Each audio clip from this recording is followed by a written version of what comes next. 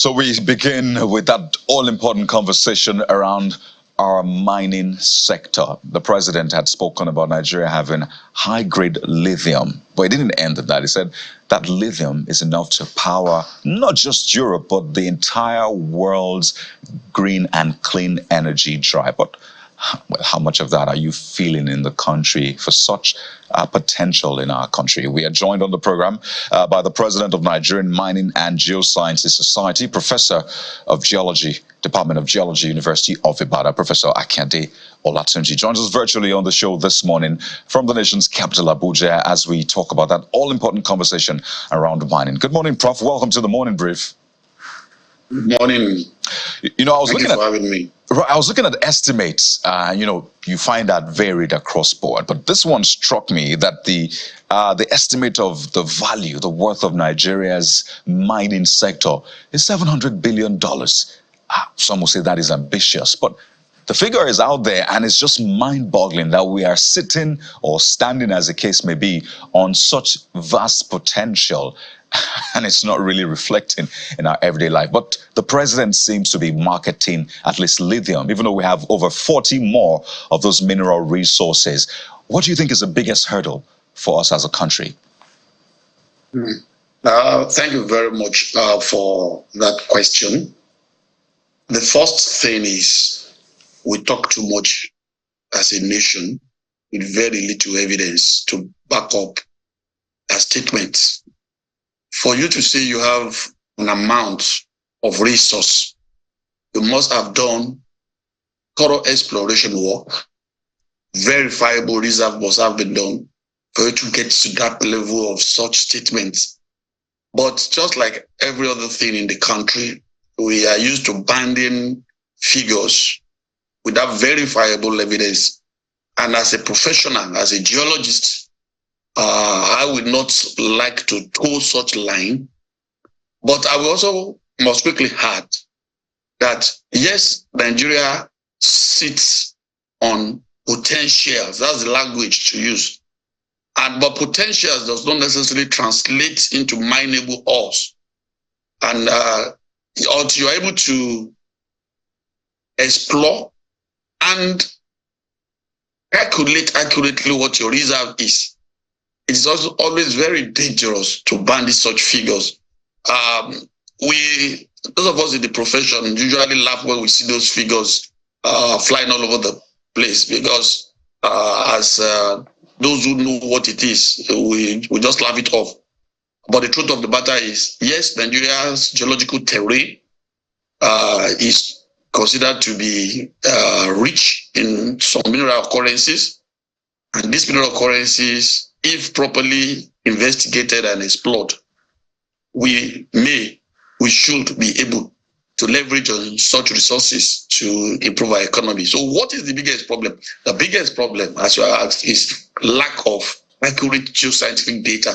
Fantastic. Prof, pardon me, just before you move on that one, it's quite an interesting point you make, because if the SMDF, that's the Solid Minerals Development Fund, is putting that figure out there, you obviously do not agree with it. So that also speaks to a lack of, would I say, coordination. Is that something you've maybe tried to contest and say, well, we as professionals don't think this is true. This is what we think it is. And if you have maybe an alternative, what figure would you put it at? As I just mentioned to you, as a professional geologist, conversant with what it takes to determine reserves, I will not put a figure to the Nigerian Mineral Reserve, because we have not done what needs to be done to get to that number. So I don't speculate. Geological investigation, it's speculation. And if you speculate and you get yourself burnt, you answer for it. So we don't speculate. I can give you facts based on empirical investigation. You see, there are what we call marketing strategies that are deployed in all spheres to attract attention to a particular thing. And I think for us, this is just more like a marketing strategy to bring people's attention to the solid mineral potential in the country. But it could also backfire, because, as I mentioned earlier, we need accurate geoscientific data to be able to say this is what we have. the country is vast, and the kind of resources we are spending on acquiring geoscientific data is laughable. Go to the website of the USGS. President Biden has just proposed a budget of over $1 billion for the USGS, the United States Geological Survey. Over $1 billion for them to do what? This is a country that has virtually mapped everything they need to map. But because they know the centrality of geoscientific information in their developmental needs, they keep spending money to gather this information. The total capital budget of the Nigerian Geological Survey Agency for 2023 is just about ₦1 billion. What would that do? So until we begin to acquire geoscientific data in the right way, begin to archive it and collect it the right way, begin to make interpretation from it, it will be foolhardy to keep putting figure and keep banning figure around. For us as people in the field, we don't, in fact, it is something we really very object to most of the time when we meet with the policy makers, that look, this figure we bundle around needs to be ascertained in a scientific manner. The mining sector is a technical, it's a scientific endeavor. And except you do the right, it's like you are saying somebody has a tumor somewhere, and you are saying the tumor is this size without running any diagnostic test on that person. So if you go ahead and start running out the pressure of the person, you kill the person. It may not even be a tumor in any way, anyway. So that is the kind of thing we are saying. We need to do what we need to do. All these things have been identified. There is a roadmap that has been produced, but fantastic document. The SWOT analysis of the mineral sector have been done. The challenges have been identified. Provisions, recommendations have been made for what and what needs to be done to ensure that we actually maximize this potential for the good of our people. Well, Prof, interesting position that you have there, but I was actually hoping that you'd be able to provide us with a more accurate data. Regardless of that, I'm wondering what you think about the president's position marketing Nigeria. If he did that, he did anyway, it speaks to a certain potential. But if Nigeria has not been able to tap that potential back home to power her own energy, we still have issues with power supply. Do you think any country would want to do business with Nigeria, which has not, put to test that natural resource, to solve its own power problem at home? Okay, thank you very much for that question. You see, the president is an accountant and economist. He talks about the figure given to him. Now, when you talk about lithium in particular, yes, there has been an upsurge in lithium exploration in Nigeria, exploitation, and even sale. Quite a number of states in Nigeria have been found to have lithium. And of course, one of the NIMEP projects that was undertaken by the Geological Survey, that was supervised by the Nigerian Geological Survey Agency, was actually on lithium. And very high-grade lithium were actually found in some part of the country. So that is correct, that we have lithium potential. In fact, as I speak, a lot of people are on the field running exploratory work still on lithium. There are a lot of small, medium-scale work going on. So there's no doubt about the potentiality of our country in terms of lithium. What I'm saying is, when you look at the total number of the mineral we have and you put a figure, that is what we will not like. You talk about data. There are information out there. At least we all know the quantum of royalty or whatever that is contributed by the mineral sector to the economy. NIET has a report that was released on that. So it's not as if there are some data there, but what we're saying is that to be able to put a figure to the quantity of the entire mineral space, that would be a challenge. And of course, why have we not used our mineral resources? It's purely the willingness on the part of government. Let me give you an instance. When the president came in and he was talking about the use of coal, we were excited because the Western world, in their hypocritical nature, encourage everybody to move away from coal. We have a lot of coal in this country. Most of the cement factories in this country are powering their clean with coal. And we have used coal in the past and they do go to generate electricity. What we're saying is that, look, this is something we've done before successfully. Why is a quick win? And not just quickly use this available coal to generate power in the country. But you know, coal is considered as dirty fuel by the Western world. They won't put their fund on it. But what we believe is that we could raise such fund within our own country to use to generate power. You don't begin to live a luxurious life when you have not even seen the basics, when you have not even existed on the basics. The Western world that were run away from coal all ran back to their coal mine when Russia shuts their gas pipeline during the Russian-Ukraine advent of the Russian-Ukraine war. That is the hypocrisy of the global north. They know that we can use our coal to power our system to generate power that will make our industrialization to grow faster. We've not done that. That is available. Lithium processing is much more technically advanced than the use of coal. So for our lithium, we have people suggested, because most of the people buying those lithium from Nigeria, they're actually stockpiling them for the future. Everybody's looking for lithium globally, and they're stockpiling them. What we're saying is, just like the Minister of Solid Mineral Development said, that government is going to ban export of these crude minerals except it is processed. Fantastic idea, because we must be strategic as a nation in the way we utilize our minerals for our development. There are very quick wins that are in the sector which can easily be used, be harnessed, and help our people generate the resources, produce power. As I mentioned to you, check the cement companies that are using coal for a lot of their power needs. All right, Prof. So why can't we use it? All right, Prof, you know, this is an important conversation. I think we had a conversation the other day, and we also see this narrative about economic neocolonialism that a lot of experts have been talking about, which you've mentioned in passing. So you've mentioned some low-hanging fruits like the coal and all of that. I came across a document that talked about 7 strategic minerals in Nigeria. The whole argument right now about fuel subsidy, how it's impacting the economy. If we had a lot of diversity, maybe we won't be here. So maybe you help us walk through some of those minerals right now, besides coal and lithium that you've mentioned that people are stockpiling, that we could quickly begin to harness to make as much as possible in terms of regulatory framework and commercialization. Okay, thank you very much.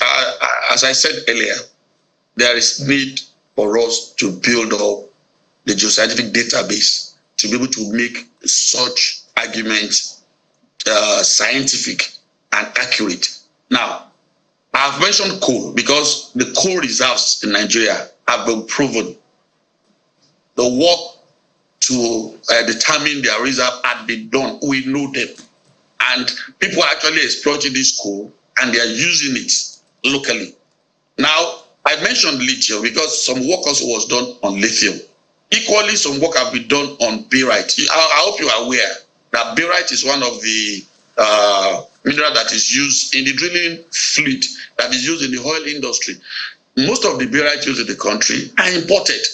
And we are talking about issue of forex, and we are still having this barite right under our feet, and we are bringing the barite from outside the country. There are barite producers in the country that needs support from government to ensure that they take the barite to the level that needs to be taken to for it to be used.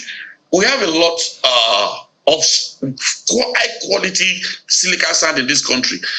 I'm sure you'll be shocked that virtually on all the solar panels that are being used now for the solar electrification are imported. They are just assembling those panels in the country. What are we doing with our silica sand that are of fantastic grade that can be used for these solar panels? That is another one. And until recently, maybe because of the exchange rate, you'll be so shocked that most of the ceramics that were used were being brought from outside, when we have fantastic quality industrial clay that could feed those industries. I know, because when you are on the field, it's a different thing from when you are in the office. I know that even the steel melting companies in Nigeria are using our quartz obtained from Nigerian mines as fluxes in their companies. If you visit these arches along Shagamu Ikorodu Road, you will see some of these small companies built there, collecting this quartz from people who bring it to them, crushing it and milling it, and using it in the steel melting process. So there are a lot of some of these industrial minerals that can actually be used to feed some of these industries locally. The beauty of what we have in Nigeria is that we have both industrial minerals that have been proven. For instance, your cement, our cement factories. The raw material for cement is 95% limestone and clay. Nothing is important. The only thing that is brought out of the country in cement is gypsum to enhance the certain parameter, the certain capacity.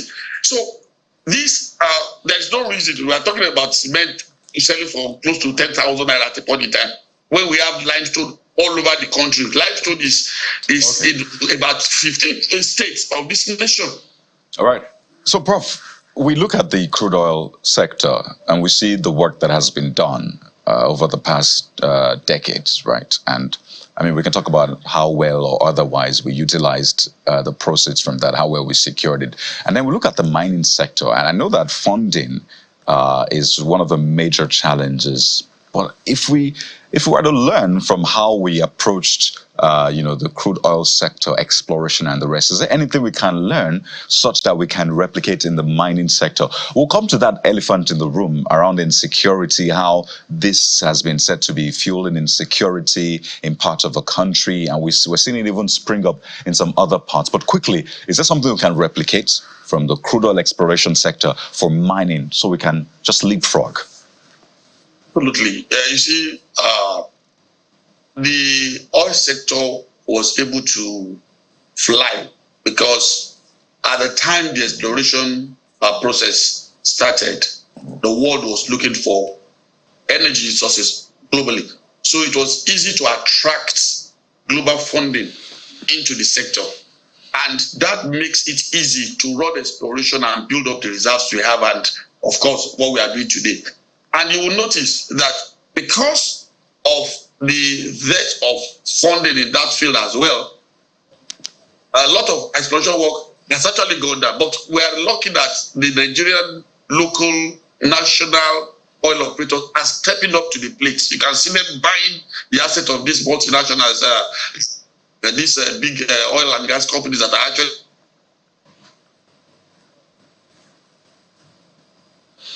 Oh dear. All right, we'll try to reconnect with Prof. We're touching a very important point, particularly with mining and fixing that sector. Not to worry, we're still going to get into the fuel scarcity situation. But Prof, I understand you're back. You were just making a quick point right now before we lost you for a moment. Yeah, what I was saying actually is that there is this national natural resources fund that a percentage of what is made from the oil sector is done in that fund every month. It's a huge fund. What we're saying is that, look, commit a portion of this particular fund into exploration work in the solid mineral sector, and you will see results.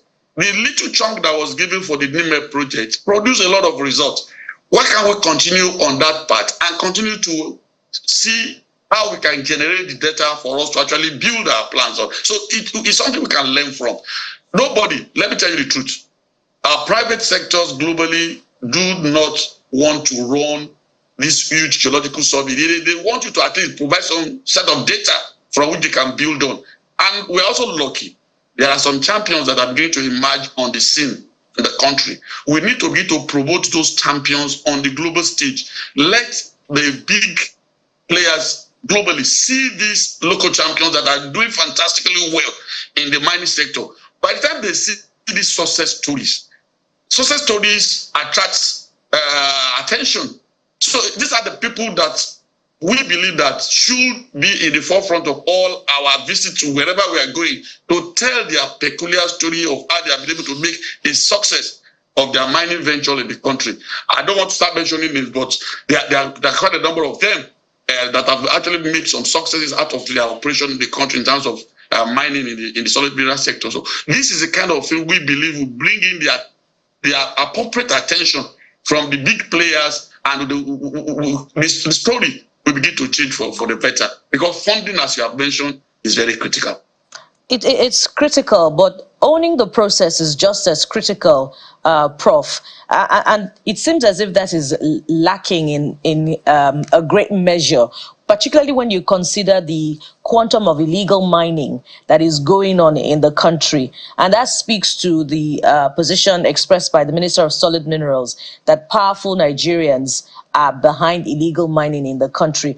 Why do you think the subnationals are unable to own the process, either by public participation in the sector or by encouraging that sector to thrive, by encouraging private participants to mine the natural resources, gold, for instance, in Nigeria's north? It's also in huge deposits in Osun State. So why are the subnationals not owning the process? And we have every other day hear about how Chinese nationals are arrested for illegal mining of our solid minerals. Prof, are you there? Yes, you are freezing on and off. But you're asking about why the Nigerians are not owning the process, or why the influx of foreigners into the process. You see, the Nigerian Mineral and Mining Act of 2007 and Mining Regulation of 2011 is a fantastic document. It's a document that has specified who can operate within the sector, what is obtainable in the sector. You see, most of the problem we have is this lack of the political will to implement a law as so stated. Until we begin to implement laws the way it should be, we're going to be having the same problem. It's not only the solid mineral sector, across board. If you have a piece of legislation that has stipulated what your rules are, it behoves on you as individuals, as a state, as a nation, to stick to the provision of the law. You see, there's actually a lot of confusion now in the sector because of the rules of the subnational states. States are banning mining, preventing people with licenses from even entering into their operational base.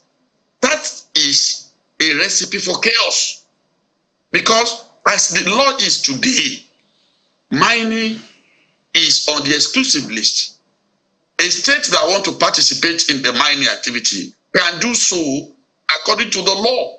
There are opportunities for the state to also participate. For instance, if your state have mineral resources, mineral endowment, the law permits the state to set up a company, to take licenses to run that operation, or to go into partnership to run that operation.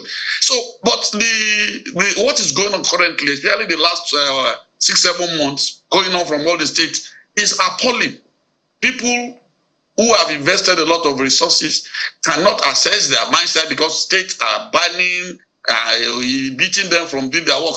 That is not good. You can see now the president is in Saudi Arabia marketing Nigeria for lithium potential, and states are busy banning mining in their state. Is that not counterproductive? Because these are also on the news. A potential investor will look at the terrain before coming in. So until we are able to arrest this distrust between the state and the federal agencies, until we're able to bring everybody down to a round table and look, what are the concerns of the state? Yes, some states have some legitimate concern. I have to tell you that I'm a professional. There are some places that the mining operations have been done indiscriminately, turning vegetation into wasteland, making the place unsafe. Yes, state. Well, Prof was making a profound points there, but we must anchor at this point with the hope of continuing this conversation. Yes, Prof, if you're back, you have 30 seconds to round off. If not, we'll end this segment at this point. Yes, Prof, are you back there? Can I hear you? Yes, I'm back. Yes, you have 30 seconds to land on your point so that we can wrap up on this. So what I want to say is that we have a good legislation, a piece of legislation that is operating now. Let all the stakeholders at the state, at the federal level, stick to the implementation of the law. Let us respect our laws. A lawless society cannot develop. When we all act according to the letter and the spirit of the law, which guides that sector, then we can begin to sing El Dorado ultimately in the mineral sector. Well, Professor Akinde Olatunji, President of Nigerian Mining and Geosciences Society, thank you so much for your time on the show. This is a very important conversation we needed to have so we can hopefully clear the cobwebs and, of course, provide a better future for our mining prospects. Thank you so much once again. Thank you very much. Well, that's it with that. At least for now, we'll follow up and see how the sector progresses. But we're turning our attention to another thorny issue. It concerns communications, your data, your calls. Well, the telcos are pushing for upward review of the pricing, and they have their reasons. So we'll have them on the show this morning to speak to us. Stay with us.